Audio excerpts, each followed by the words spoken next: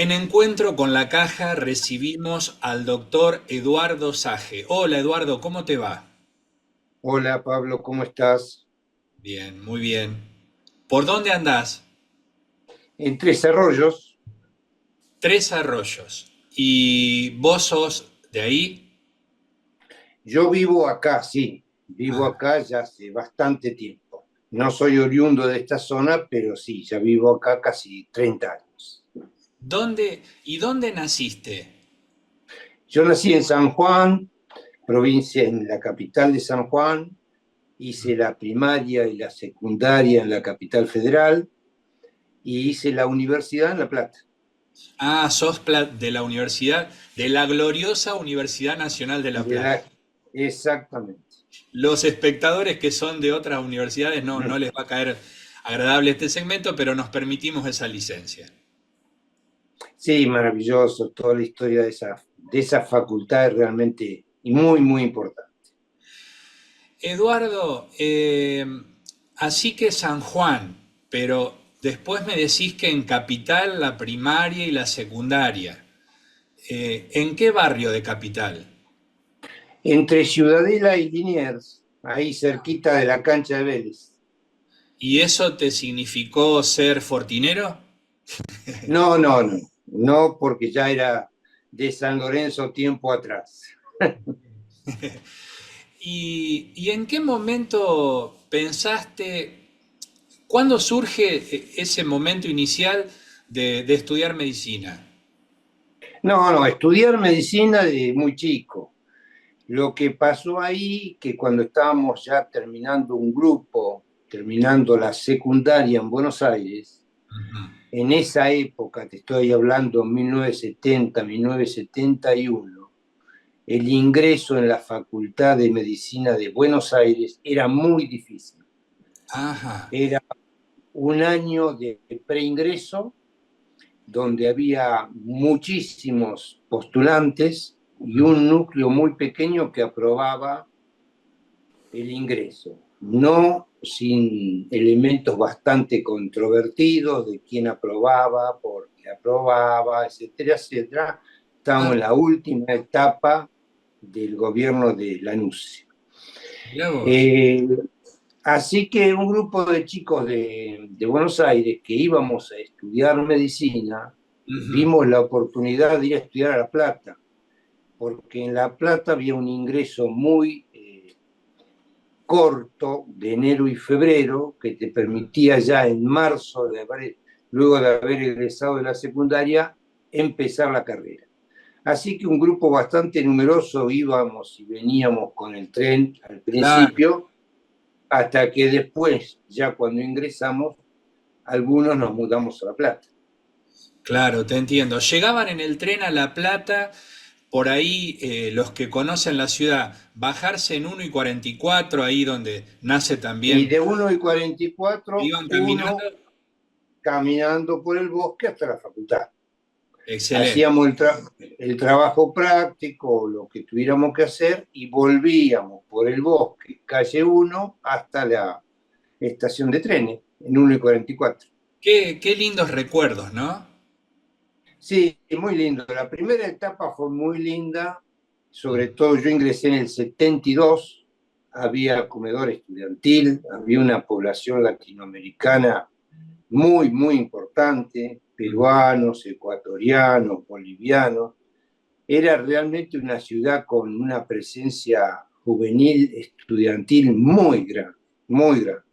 Después ya sabemos todo lo que pasó, la cosa se Durísimo. puso muy mal para el año fines del 74, principios del 75, donde la violencia arrasó, la gente extranjera se tuvo que retirar del país, bueno, secuestros, muertes, etcétera, todo lo que todo el mundo conoce.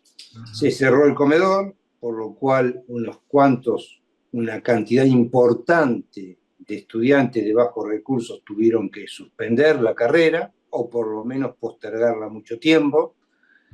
Así que yo viví una etapa muy, pero muy buena y una etapa muy, pero muy mala.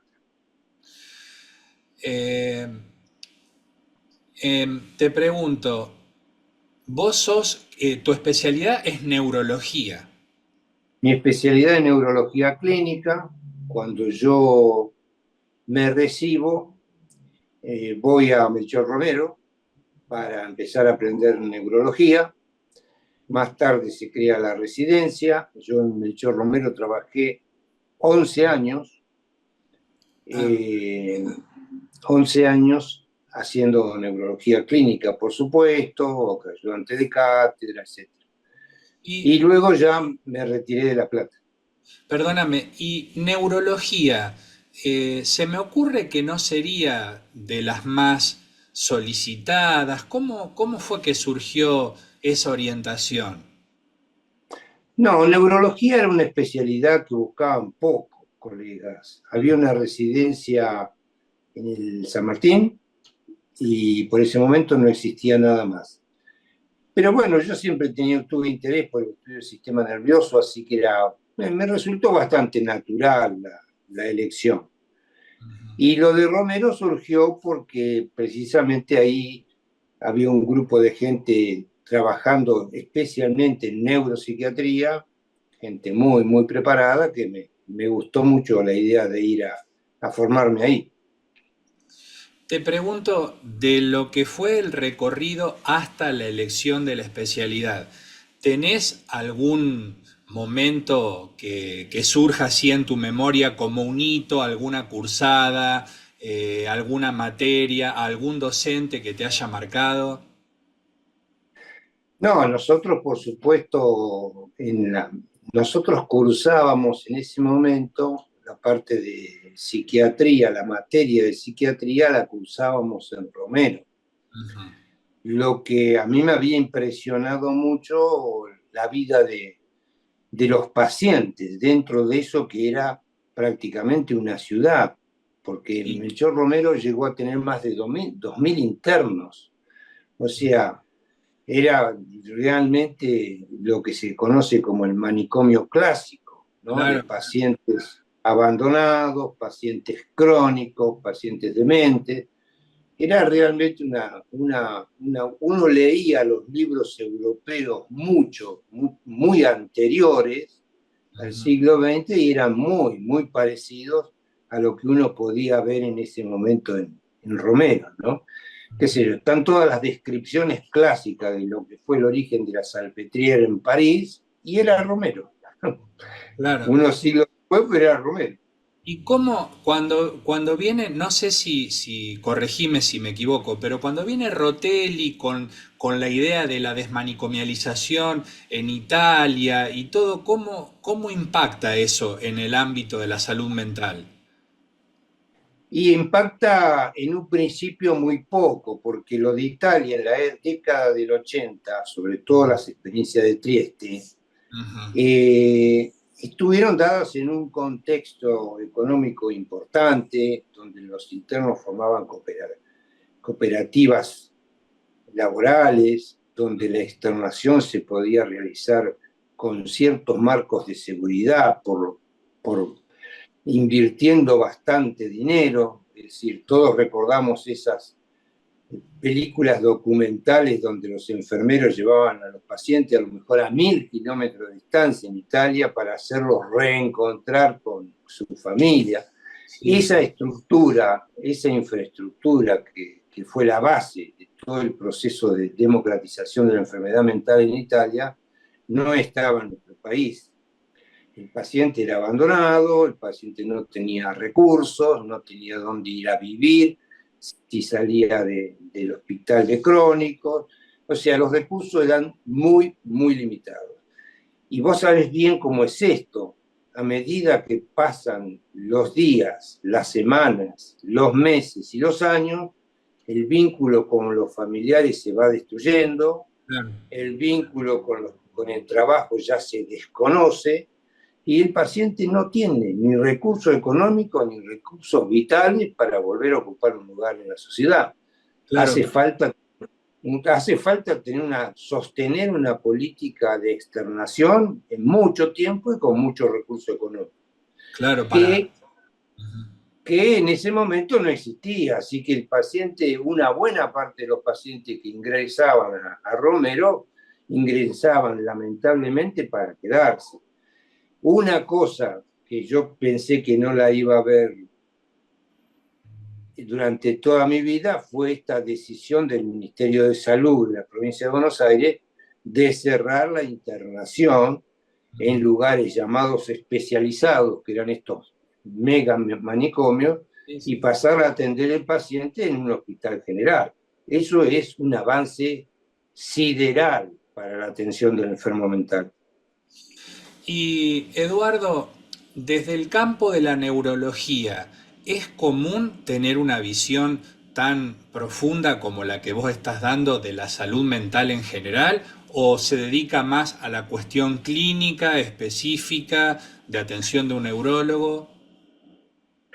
Bueno, en mi caso, digamos, es posible que haya influido mucho esa prolongada estadía de trabajo en Romero, más de 10 años, así que me tocó ver todo lo que pasaba con esa institución, que por ahí un neurólogo que se desenvuelve en un hospital general y nada más no lo puede adquirir.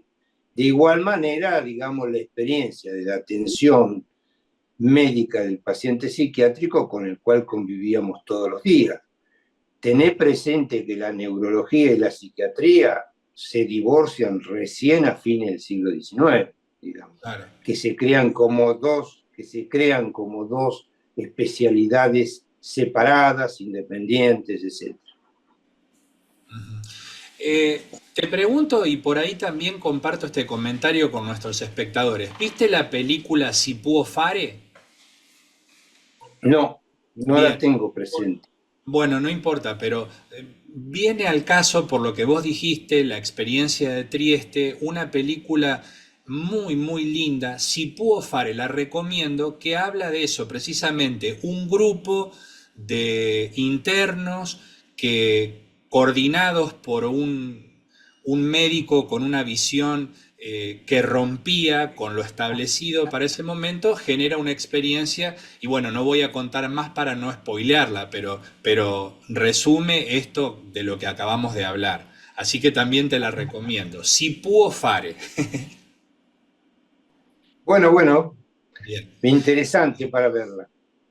Dentro de lo que es tu vida, más allá de lo que es la medicina, nosotros conocemos que sos autor de un libro. Ahora, más allá de la cuestión de esta obra, ¿tenés otras pasiones, otros hobbies a los que les hayas puesto tanta energía?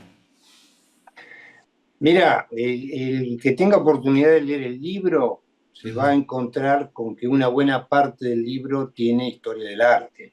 Ajá. Ese sí es un hobby de lectura muy apasionante, Ujú. porque la historia del arte y la historia de la enfermedad mental tiene límites muy solapados a veces, es decir, se mezclan las dos cosas y una sale para el arte, el otro sale para la enfermedad mental. Muy, muy prolongado, de tiempos muy, muy viejos. O Y sea, sí, me en pongo a el pensar en libro Van van a Gogh. ver, por ejemplo, pero en el libro van a ver que la primera protoclasificación de enfermedades mentales yo la tomo de Platón. Así que fíjate vos hasta dónde arrancamos, Bien, ¿no? estamos dialogando con el doctor Eduardo Sage y a propósito de lo que es la autoría de un libro. ¿Cómo se llama el libro, Eduardo? El libro se llama Colifatos, Apuntes para una historia de las locuras. ¿Y cómo te surgió de escribirlo? ¿Cómo fue que nació en vos la idea de plasmar, bueno, no sé, qué experiencias, qué momento, cuál fue la motivación para decir, me quiero dedicar a escribir esto? Bueno, yo creo que a lo largo de mi carrera he siempre tenido los mismos principios sobre las enfermedades mentales, es decir, que debían ser atendidas en un ambiente de hospital general y que más allá de algunas enfermedades mentales que son de origen congénito, son hereditarias, etcétera, etcétera, que son poquitas. El gran tema de la enfermedad mental es dónde naciste, quién te crió, cómo sos, qué te pasó. O sea, si uno compara los conceptos de locura contemporáneos con los conceptos de locura, por ejemplo, desde Platón, vas a ver que el concepto de locura es un concepto de época. Para lo que uno considera loco hoy, no lo consideraban loco ayer, ni mucho menos. Entonces, la idea esta de acentuar el concepto de que la locura es una idea de época, si vos te parás en ese punto, podés entonces definir bien qué estrategias se pueden usar. Es decir, psicofármacos vamos a usar, psicoterapia vamos a usar, pero tendremos que ver qué le pasa a esa persona, por qué cayó en una situación de enfermedad mental. Y el libro también es una crítica o una, digamos, una polémica con una tendencia mundial. Vos sabés que las enfermedades mentales en la formación de los psiquiatras clásicos se guía por los DSM, que son Claro, los sistemas de clasificación norteamericanos. sí, sí. Los DSM se crearon a partir de la década del 50. El primero fue en el año 52. Y han ido evolucionando y cambiando de números. Sí, En la sí. medida que han pasado 70 años, las enfermedades mentales fueron cada Ujú, vez se hacen más diagnósticos diferentes. ujú. Entonces, uno ve los últimos DSM y pareciera que todos los seres humanos en algún momento caemos en ese sistema clasificatorio. Claro, Entonces, claro. es una discusión de fondo. ¿Qué pasa? El mundo está demasiado mal para que todos nos volvamos locos. ¿A dónde estamos poniendo la definición de enfermo mental? ¿Cuáles son las soluciones? Porque vos sabés bien como colega que hay una tendencia absurda a la medicación y automedicación con psicofármacos. Sí, sí. Prácticamente es una pacientes o personas que han sufrido algún sistema de desequilibrio en algún momento toman psicofármaco toda la vida. Claro, quedan. Obviamente, Ujú. eso va a tener que sufrir una discusión, un debate, Es, una conversación es muy profesional, interesante. ¿no?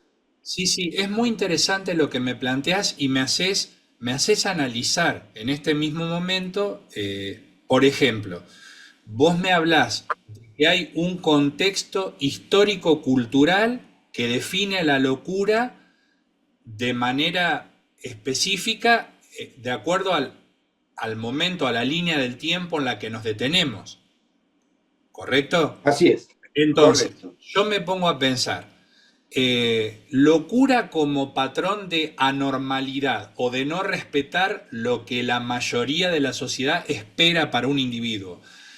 Ser loco, no sé, a principios del siglo XIX en Argentina, hablamos de la época de la Revolución de Mayo. No sé si vos tenés catalogado así en el tiempo. Un, un poquito más adelante, cuando la Mm, escuela italiana lo tuvo como jefe máximo a Lombroso, poquito más adelante, ponele no 1810, ponele 1850, ujú. el loco se definía físicamente. Si Claro, tenía cara orejas de grandes, loco. si tenía prognatismo, ¿no es cierto? Si la frente la tenía para atrás, ese individuo era considerado demente. Y como era demente, era peligroso. Por lo tanto, no era solo el sistema médico que encorsetaba a una persona, era el sistema social, el sistema, como dice Foucault, de dominación. Eso te estoy dando un ejemplo, segunda mitad del siglo XIX. Si querés, lo podemos pasar al siglo XVI. Entonces, el loco estaba sospechado de brujería, sobre todo Claro, en el caso de las mujeres. claro, las Por lo locas, tanto, brujas. existía, claro, entonces existía un diagnóstico de brujas ejercido por tribunales que Claro, perseguían a las diferentes creencias religiosas y quemaban en la hoguera como endemoniados o locos, o Como a Juana de endemoniadas y Arco. locos. Así que bueno, ahí te doy dos ejemplos. Sí, ¿Querés ir más atrás? no, ¿Querés espera. ir más atrás? Juana, Bueno, Juana de Arco, Juana la loca, bueno, claro, Juana de Arco quemada en la hoguera porque se vestía de varón, luchaba y bueno, claro, el tribunal ahí, que después la declaró inocente, después de que la mataron, sí, sí, 25 años después la declararon inocente. exactamente, exactamente. Después que la asaron, después dijeron que estaba sana, que no era loca. Terrible. Bueno, si querés ir más atrás, podés ir a la época clásica griega, donde los llamados locos se los metían en un barco y se los dejaban en una isla desierta. Después Fellini tomó la nave Bar, lo recuperó como película, como texto, pero eso era literal. Se lo subía a un barco y se lo llevaba a una isla desierta, a Claro. otra cosa. Bueno, mismo ahora pensaba yo, igual quiero meterme en lo de historia del arte, pero con respecto a lo que decías de la evolución de los DSM, cuántas cuestiones, pero no me quiero detener, pero cuántas patologías eran consideradas parte del DSM con una clasificación que después se sacaron y hoy por hoy entonces el estrés está en el DSM. Me das pie para tomar la clasificación del DSM equivocada más emblemática. Hasta la década del 60, la homosexualidad figuró como enfermedad mental. Claro. Luego, un grupo de expertos en un escritorio de médicos dijeron que no estaban enfermos los homosexuales. O sea que en una decisión burocrática, absolutamente burocrática, de golpe y porrazo, se curaron millones de personas de enfermedad mental en el mundo. Es un caso Paradigmático. realmente más paradigmático que eso, imposible. Sí, Eh, yo lo pensé cuando te lo decía y vos lo mencionaste puntualmente. bueno, después tenés las llamadas parafilias, que también han desaparecido en algunos casos de los DSM. Bueno, tenés muchas que ya desaparecieron. Pero en el balance general, los diagnósticos suman, no restan. Hay cada vez más diagnósticos. Claro, cada vez más locos en este mundo, de los cuales yo soy uno, sin Y diagnóstico. que vamos a pasar por la clasificación, no nos vamos a salvar ninguno. Sí, sí. Eduardo, con respecto al tema de la historia del arte, yo te mencionaba a Van Gogh. Bueno, ahí la historia de Van Gogh dice que él se cortó la oreja, incluso La noche estrellada, un cuadro maravilloso, lo pinta desde, supuestamente, desde la ventana de su lugar de internación. ¿Qué otros personajes, obras o anécdotas podés contarnos ya dándonos cuentas de que es muy interesante tu libro? Mira, tenés una historia muy importante, ¿no es cierto? Un autor que yo siempre recomiendo para que se vea cómo se podían ver las locuras es el Bosco. Es decir, el Bosco tiene pinturas del 1490, el 1500, muchos considerados por digamos, el inventor del surrealismo, donde describes las visiones que pueda tener una persona del paraíso, de la tierra, del infierno. Bueno, son cuadros realmente magistrales, ¿no es cierto? De lo que puede significar la cabeza de una persona tratando de mostrar lo que son los mundos atormentados, las situaciones del infierno, las situaciones del paraíso, etc. Pero la lista es interminable.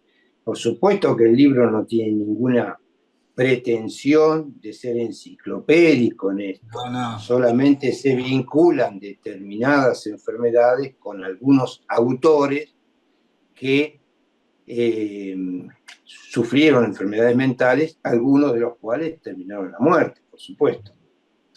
Si alguien quiere conseguir tu libro, ¿qué está? ¿Distribuido en librerías o hay un sitio a donde uno... Sí, pero pueden comunicarse con la editorial Caravana de Tres Arroyos, buscarla, que ahí tienen los textos. Y si están más cerca de Bahía Blanca, en el Quijote también está el texto. Bien. Eduardo, nosotros desde la Caja de Previsión y Seguro Médico, con esta herramienta de comunicación, tratamos de ofrecer un canal para que los colegas como vos expresen lo que tengan ganas de contar más allá de este anecdotario o de esta obra. Así que agradeciéndote, agregá lo que vos quieras. No, el agradecido soy yo, porque me has dado esta oportunidad de hacer un comentario sobre el libro que yo hice. Y bueno, yo espero que el libro pueda ser leído por otros colegas, especialmente que se dedican a la psiquiatría, o colegas de salud mental que no son médicos, psicólogos, asistentes sociales, acompañantes terapéuticos, y que bueno, ojalá sea de alguna utilidad para explicar este enfoque de la salud mental, ¿no? Perfecto. Bueno, te agradecemos muchísimo y nos encontramos en cualquier momento. Muchas gracias a vos. Saludos.